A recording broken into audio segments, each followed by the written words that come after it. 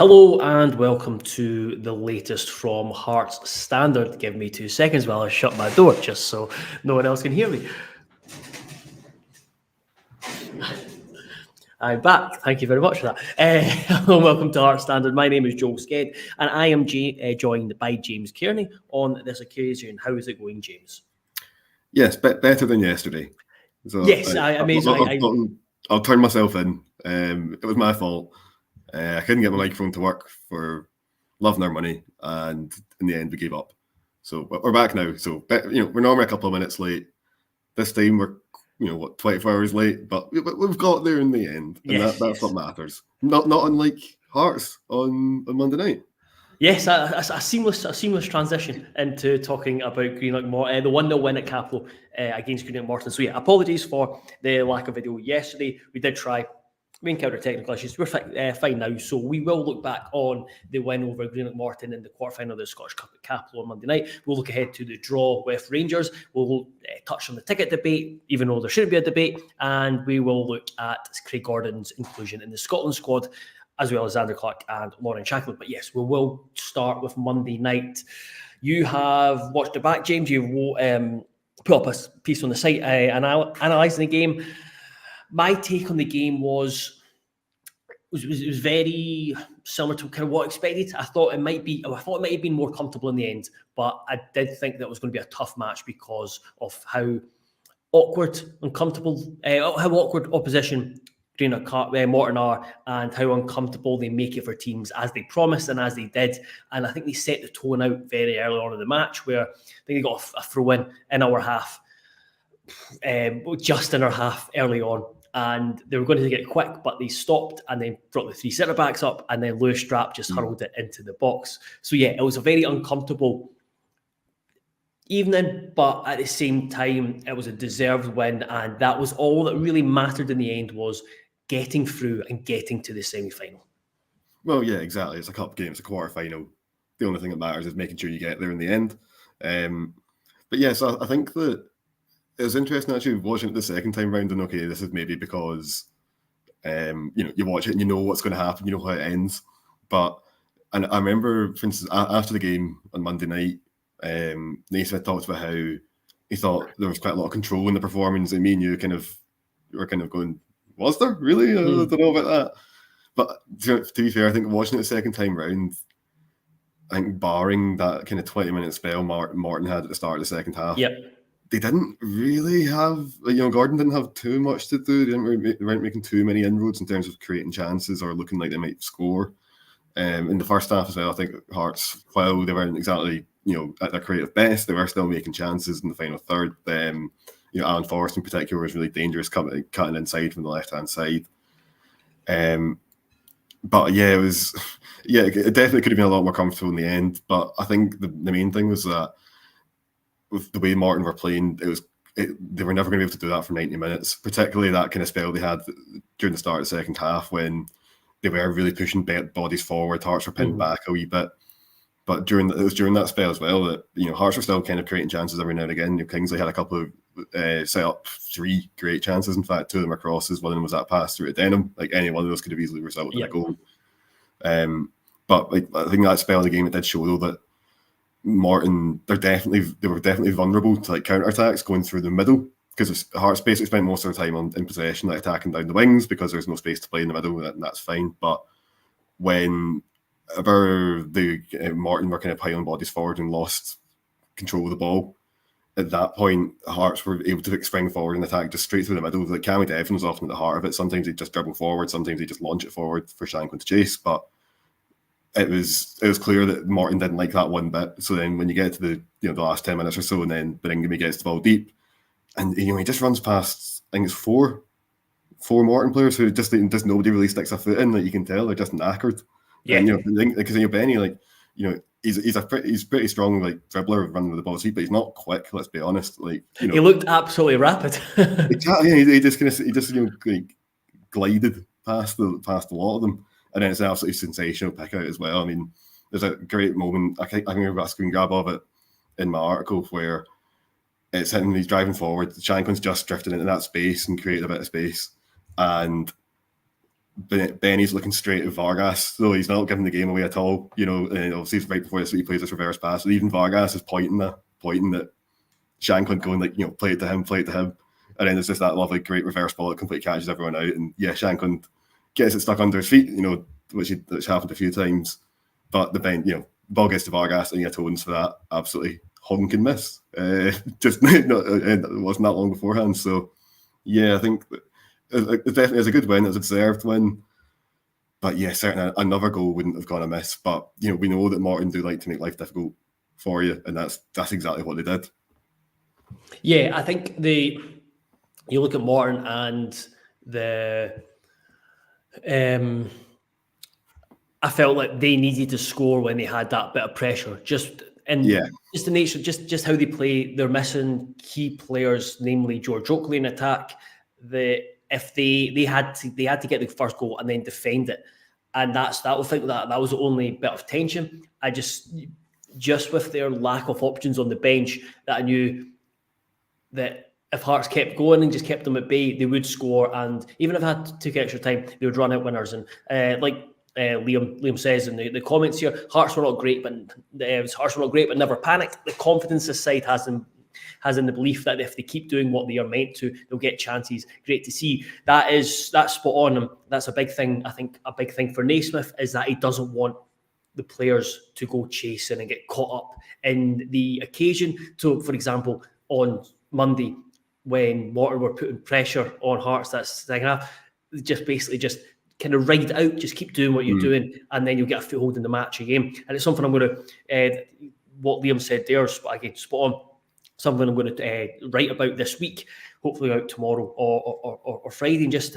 how patient the team are and how at times they take the emotion out of things. They're quite a team that lacks emotion, but in a good way. And I know sometimes, especially Hearts fans at home, they probably want them to play with maybe a wee bit more personality, character, and kind of throw caution to the wind. But that's not Hearts under Naismith, and it's a positive.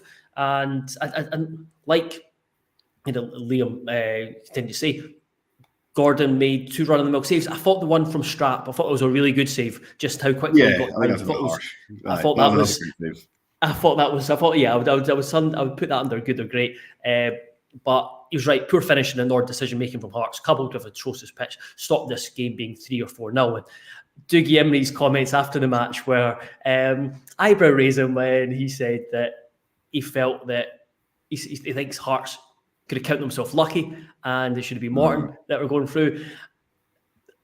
I very much disagree with that, just because of the number of chances, especially in the second half, which the Hearts create. Well, yeah, exactly. You go through them. Like, obviously, there's the goal. There's that one that Vargas missed where he somehow hits it over from 6 yards out. About that. There's the one when Kingsley puts the ball to the back post and their centre half just gets there, just in front of Vargas. You know, there's the ball into the near post, and Benny should really hit the target at least. Denham's 1v1. He should probably do a bit better. You know, you wouldn't be surprised to see him score that. And then Shankland even had a couple of pot shots, kind of in the first and second half, that you could easily see him scoring. So, yeah, I think we should say we don't have the data for this game because like StatsBomb don't cover the Scottish Cup as far as I'm aware. So we don't have the XG or anything like that. But I mean, Hearts were just Hearts easily had like 4, 5, 6 chances that could have easily resulted in goals, whereas Morton really had about 1. I would have argued, like that Strap one. So yeah, I can see where I think he's putting it just for me, basically making the point that his team competed for long spells of the game. They had moments where the momentum was kind of with them, and with 5 minutes to go, they're in the game. These things are all true, but it doesn't mean that you're the better team or you deserve to go through. It just means that they gave a good account of themselves.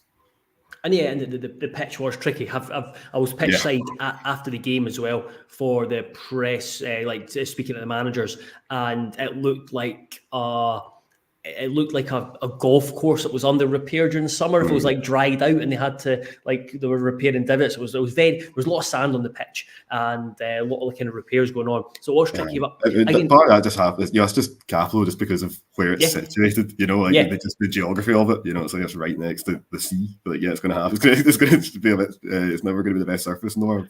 Exactly. And I think before we get into talk about kind of individual players, like just going back to what Liam was talking about, the maturity that this Hearts team has is impressive, and that there were a number of key players. Again, you talk about Morton having key players missing. Hearts had a number of key players missing. There was Alex Cochran was on the bench, so you had a centre back partnership that probably doesn't fill a lot of Hearts fans with confidence, especially again a tricky away tie to a lower league opposition in the Scottish Cup quarter final. But as a whole, as a collective, handled themselves well. And yes, we would like to see Hearts play more exciting football more regularly, but you do know that when they don't, they're a very competent team who know how to win results. They know how to control games. They know how to defend. And with one of the deadliest strikers in world football in attack, there's always that, and there's all that chance to win when not playing well. But I think obviously we'll come on to talk about the Rangers semi-final and compare it to the last time Hearts played in the semi-final. This team has come on a long way and it has matured. Yeah, definitely. I think the biggest, in terms of the maturity, I think the biggest compliment that you can pay the team is that the final 20 to 25 minutes at Cappello, Hearts were in complete control. They completely dominated the ball. They were moving it around Morton's half. They were making the players tired, and Morton barely had a sniff. After that kind of spell that they did have, they didn't really fashion much after that, much not at all. I thought Civic was brilliant again on Monday night. Obviously that's 2 games in a row now where he's came in. I think he's looked really solid. He's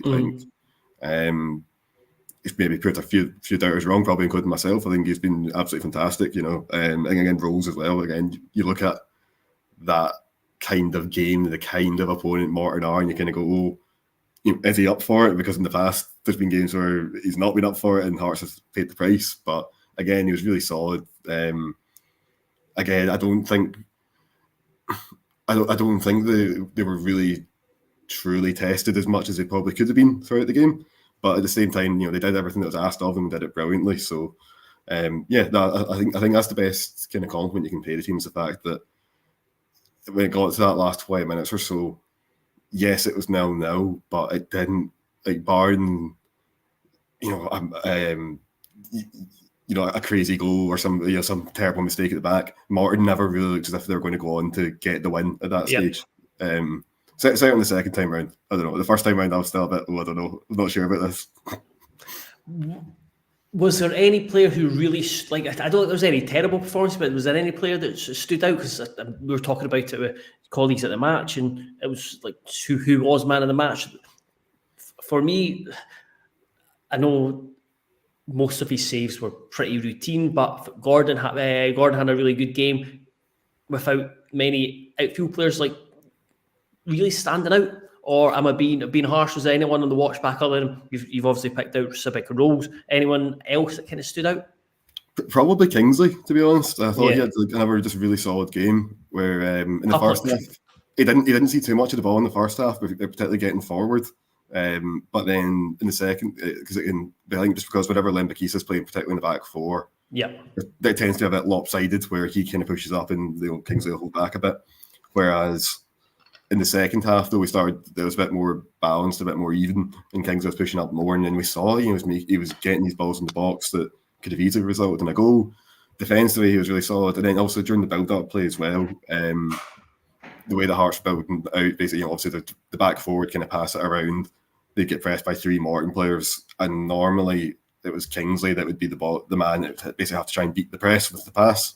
And then once Hearts had done that, they can move across to the other side of the park, keep advancing and get men forward. So I think that both in terms of his build-up play and in terms of the chances he's created, it's probably Kingsley, I would have said. But you're right. I mean, it's one of those games where I think there are a lot of players who played fine You know, I think there are a few players that played pretty good. I don't think anyone had a particularly poor game. But it was enough. And like you say, it's that kind of professionalism that's kind of seeping through at the moment, that maturity. And obviously being able to turn to the bench and bring on players like Denham and Atkinson, like that obviously really helped as well. Although having said that, Atkinson, I think, is on the park for about 10 seconds before he gave away a free kick for absolutely no reason, which was not great. But apart from that, it was fine. He could have even scored at the end as well. He wasn't selfish enough. Like, there's that bit chance right to the death where he was kind of burst through, and he's like, "Oh, you need to score yourself," and he tries to square it, and it's like, "Oh, come on, let's have a yeah, he's no early on. Again, a hard game to come in to kind of find your feet. But early on, Naismith was shouting at Kingsley to then shout at Atkinson to tell him to move the ball quicker and get it across the side of the pitch. But yeah, I agree. Kingsley, especially the second half, some of the balls he put in were tantalising, absolutely brilliant crosses. We'll move on to the semi-final.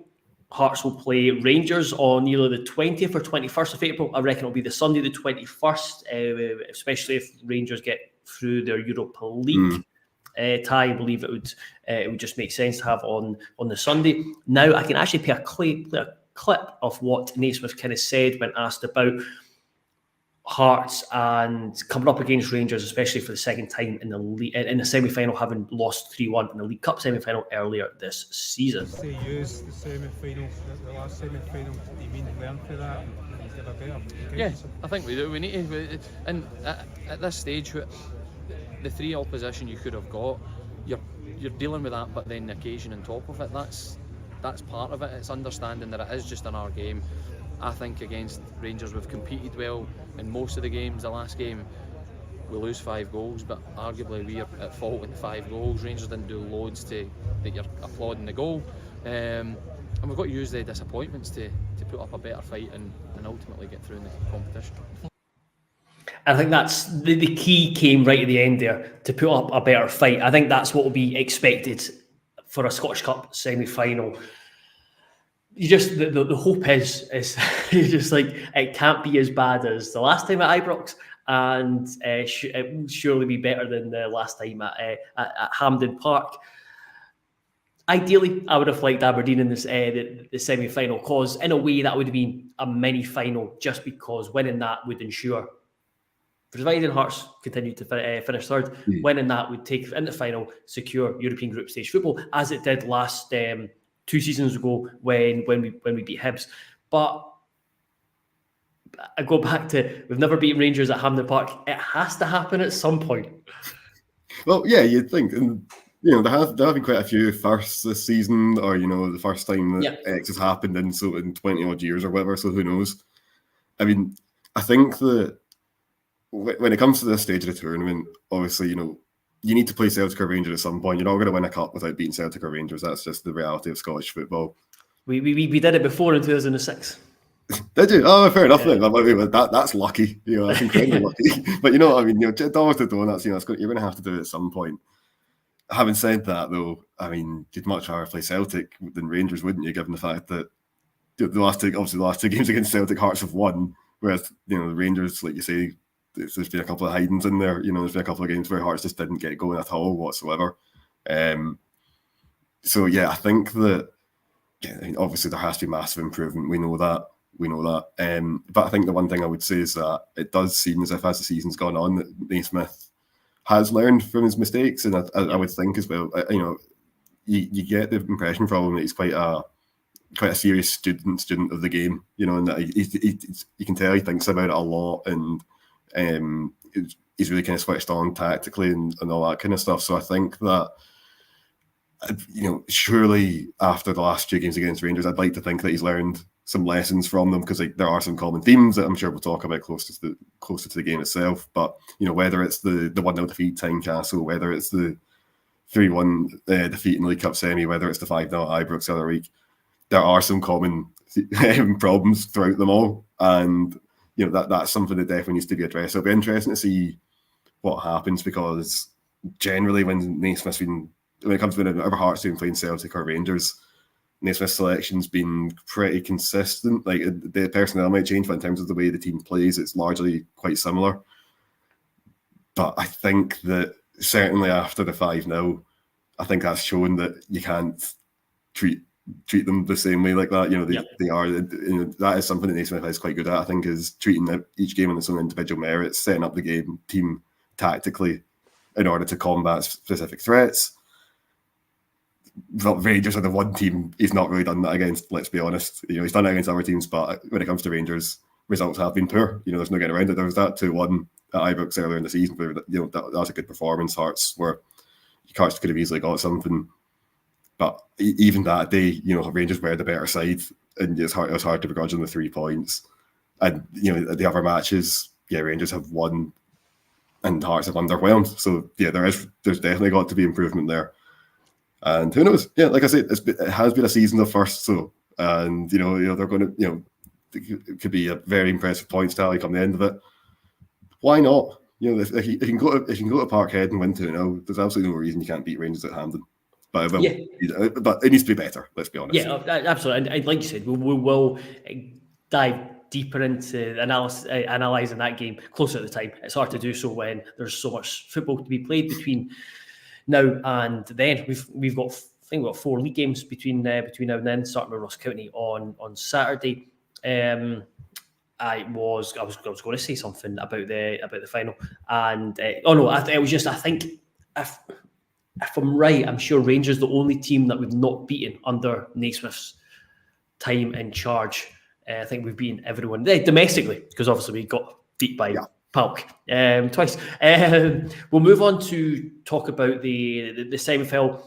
We won't spend too long on this. We'll labour the point because I don't think there's any debate, but there's obviously going to be there was debate last time when the teams met in the semi-final. Hearts didn't get 50% of the tickets. We talked about it then. It came out basically within 12 hours of beating Morton that Hearts would be pushing for 50-50 tickets.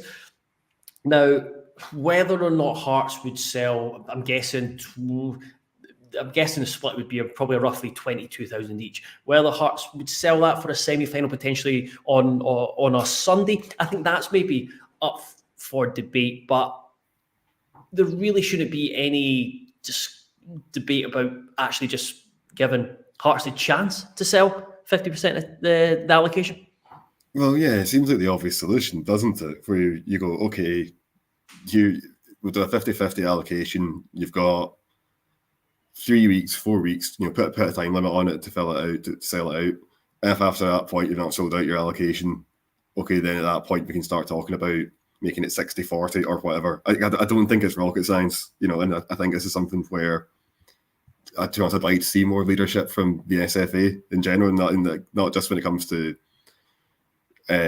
cup games at Hampden, but just away ends in general. Right? I think particularly in the Premiership, it's becoming a problem. We're away ends are getting smaller and smaller and smaller constantly. I think it reduces the spectacle, and something that I'd like to see more of, to be honest. So, but yeah, I think it's a very simple solution. It's put them on sale if and only if Hearts can't sell out their allocation. At that point, you can start talking about making it no longer 50-50. But up until that point's arrived, and up until that's been proven, it's a neutral game at a neutral venue, supposedly. So, it needs to, why wouldn't you do that? But so the sensible thing would be selling block by block. So then you just keep going round until, and then if you don't sell it, then you might have two blocks spare, and then bang, you can give that to Rangers. Yeah. I'm led to believe that there's an issue with security segregation. That's why it's not as easy to do that.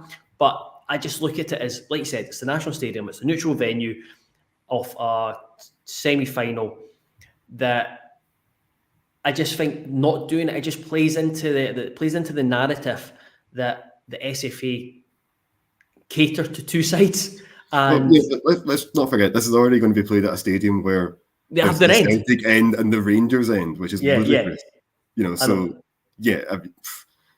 That's bad enough. But yeah, I think increasing the allocation is just it's just ludicrous. Again, it's a cup final, it's supposedly a neutral game. It's just sheer entitlement. It doesn't matter the size of your fan base. If you should be given the opportunity to sell as many tickets as possible, and then if it comes to the point where you can't, you can no longer, you've filled your quota, fine. And at that point, let's have a discussion then. But until then, no. It's just I think there's obviously realism in it with that. I think Rangers were playing Ross County. You're not going to give Ross County 50% of the stadium because they're not going to sell it. But then that's where you have discussions with the team. How many do you want Ross County? And then you work from there. Precisely, Like common sense. So hopefully we'll keep abreast of that, and hopefully it's the case that there'll be a split. And I do think there's more chance of Hearts selling out that, just because it's a Scottish Cup semi-final. It's more prestigious than the League Cup semi-final, more on the line just in terms of kind of Europe. And when you compare it to going into that game compared to going into the previous game, I think there would be there's going to be more interest. Hearts fans are more engaged with the team now. There was a wee bit of unrest or kind of just indifference back then, but now everyone's kind of on board and really excited about the team. So I think I'm of the belief that I'm of the belief that Hearts could easily sell 22,000 tickets for this semi-final. We'll finish up on Craig Gordon. So we talked about impressed against Greenock Morton. He is in the Scotland squad alongside Lauren Shankland and Xander Clark. Here's what Stephen Naismith had to say about Craig Gordon after the Greenock Morton match. All along, he's back to where he was before. He's worked really hard. He's got a drive. And brilliant. I think even tonight coming for the easy experience and coming for balls and taking the pressure off is invaluable. But it's brilliant to have two great goalies. Again, is kind of last point in there. We talk about brilliant to have two great goalies. Steve Clark talked about Craig Gordon and Xander Clark when it was obviously a big talking point of the squad announcement. But just in general, I think it's just another great moment for Gordon, and he's come back to be back in the Scotland fold. No, absolutely, yeah. I mean, it's great that, because I think the one thing where you go, oh, maybe he might struggle to get back in the squad, is the fact that he's not played many games. You know, that was only Monday night. That's only his third game in a year and a bit, or something like that. You know, so obviously he's not played a lot of football, but Clark seems happy enough from what he's seen. Obviously, you know, in the handful of games that he has played. And, you know, obviously they're all against lower league opposition as well, which, you know, like we touched on earlier, like he made a couple of decent saves, but he maybe wasn't called into his action quite as much as if it was a Premiership game or, you know, whatever. So, it's brilliant to see him back in the squad, and you get the impression. I know there's some kind of hand-wringing about when the squad came in, people were going, 4 goalkeepers, what's going on? You know, more goalies and strikers. And it's like, well, it's because, let's be honest, out of the 4 goalies that are in the squad, Angus Gunn's probably the only one who's nailed on to be in the squad. This summer, I would say. I think Craig Gordon's pretty likely to get in the squad, but you never know. Obviously, you know, this is, you know, him just getting back into the fold. And then you'd imagine Xander Clark and Liam Kelly are probably competing for one spot as well. Now, I would argue that it's surely Xander Clark based on form. You know, I don't think Liam Kelly's having a particularly good season. I think Clark is having a particularly good season. But certainly, you know, we know that Clark, Steve Clark does tend to, he's got like loyalty to his players and to his squad, so you don't know. So, yeah, no, I think it's basically just an opportunity. I think these games are just, I wouldn't be surprised if they all get 45 minutes each in the 2 friendlies. They'll get a bit of game time, a chance to show what they can do. But I would imagine that having someone like Craig Gordon in a Scotland squad at a major tournament, surely that's experience you just can't buy. Like, surely you want him there. It's a big. I think that's a big question. So you're spotting about the 4 goalkeepers. Clark talked about that. Is that he's going to take 3. There's if you can select 4 for this camp, that's fine. Have a look at. I think that's a big thing. He wants to have a look at Craig Gordon. Yeah, with his own eyes and just see him around the camp, and he obviously will have been told by Naismith just how well he's been doing, but to get his own eyes on him.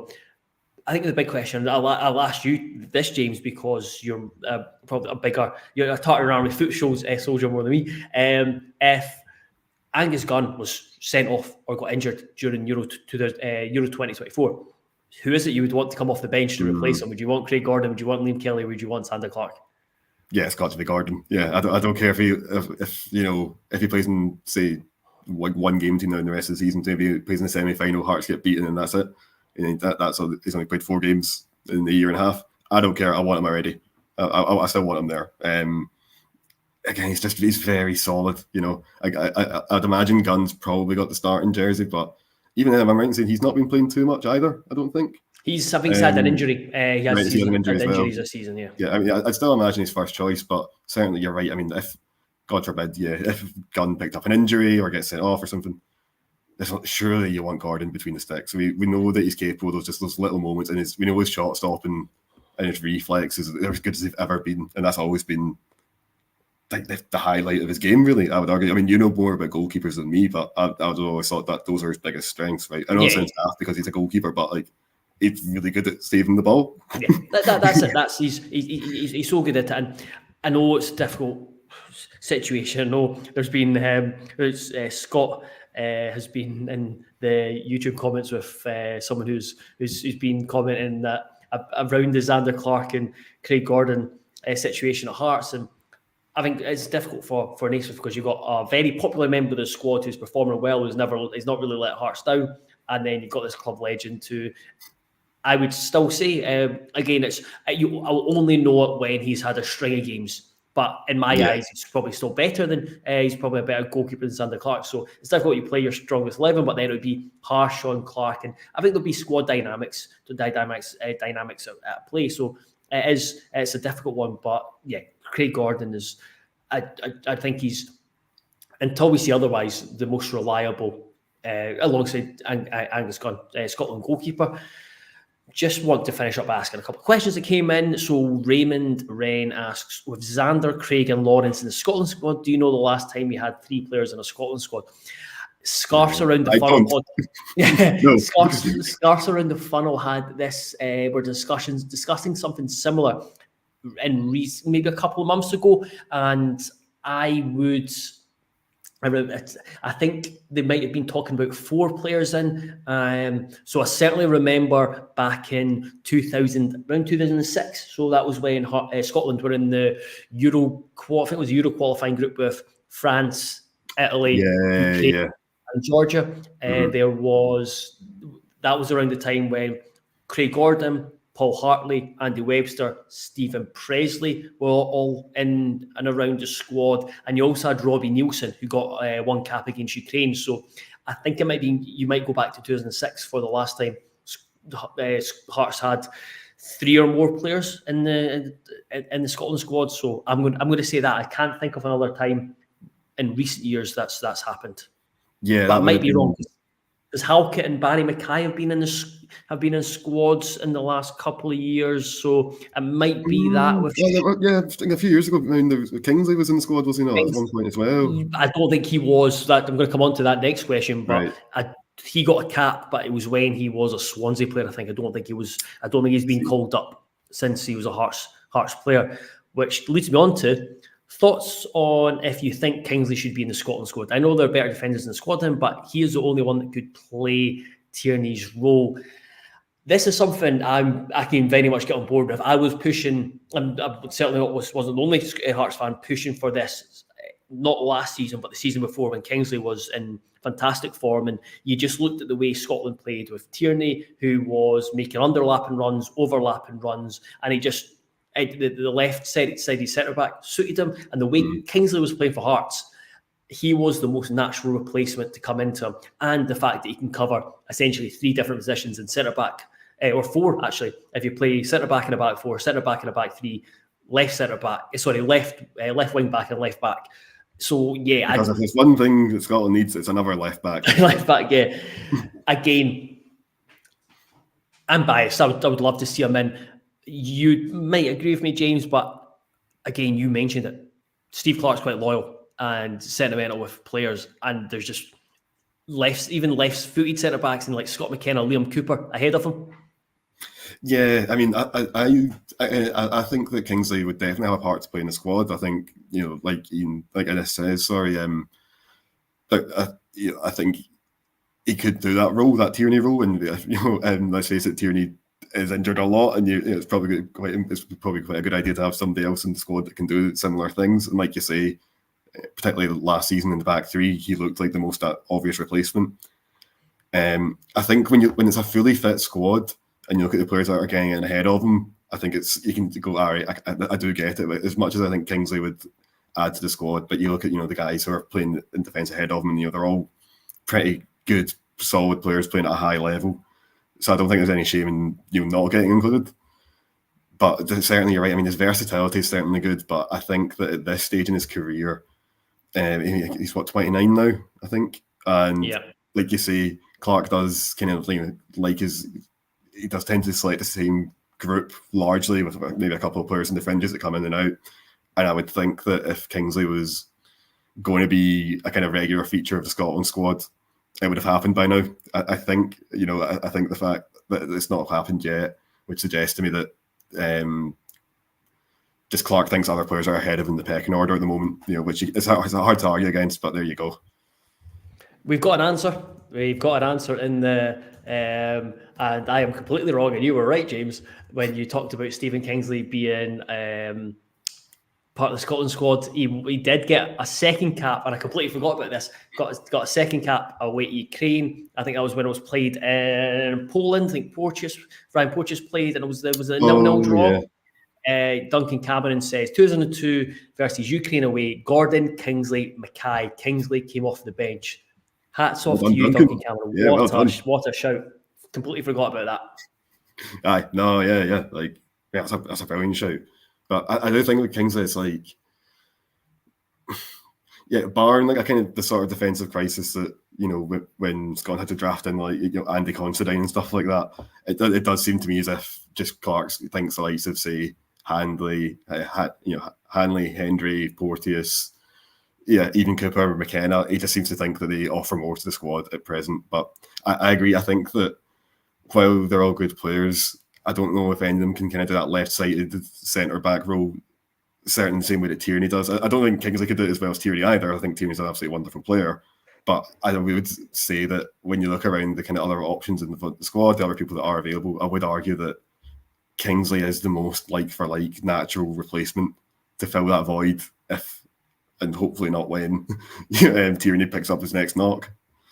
He's brilliant in the underrated, but brilliant in there, and an excellent threat from set pieces. But we'll keep banging the drum. But I think between now and the Euros is unfortunately unlikely. We will leave it there, James. Thank you very much. Thank you very much for everyone who got involved in the YouTube comments. Thank you very much, everyone, for continuing to listen, support, and subscribe. If you do subscribe for the YouTube channel, that would be greatly appreciated to us. Of course, there is a Heart Standard app as well, and there is plenty of content on the heartstandard.co.uk. We might be back with a video tomorrow. I stay abreast of the socials, and we'll let you know. Other than that, we will be back on Friday to preview the Ross County match on Saturday. And something I forgot to do at the start of the video, just to say that we are now being sponsored by MPH Group for all your plumbing, heating, kitchen and bathroom needs. You will find all the details in the YouTube description at the bottom. But then, other than that, thank you very much, and